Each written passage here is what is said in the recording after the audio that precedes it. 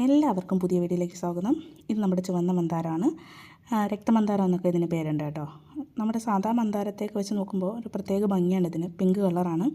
നമുക്ക് ഈ കടലാസ് പൂ പോലെയൊക്കെ തോന്നും. പിന്നെ ഒരു ഓർക്കിഡിൻ്റെ ഷേപ്പൊക്കെ ഉണ്ട് കേട്ടോ. ഇത് നന്നായിട്ട് വിരിഞ്ഞിരുമ്പോൾ ഒരു ഓർക്കിഡിൻ്റെ ഷേപ്പുണ്ട്.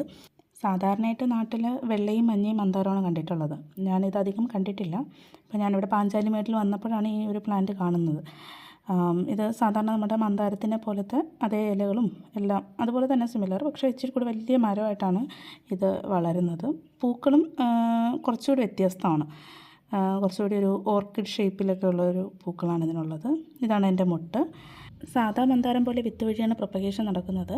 പിന്നെ ഇപ്പോൾ ഒന്നോ രണ്ടോ പൂക്കൾ മാത്രമേ ചെടിയിലുള്ളൂ. സാധാരണ വേനൽക്കാലത്താണ് മന്ദാരം അത്യാവശ്യം പൂക്കുന്നത്.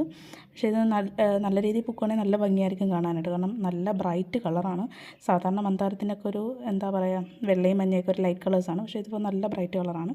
നിങ്ങളിത് കണ്ടിട്ടുണ്ടെങ്കിൽ കമൻറ്റ് ചെയ്യുക. അപ്പോൾ എന്തായാലും അടുത്ത വീഡിയോയിൽ കാണാം. അതുവരേക്കും tata bye bye, see U.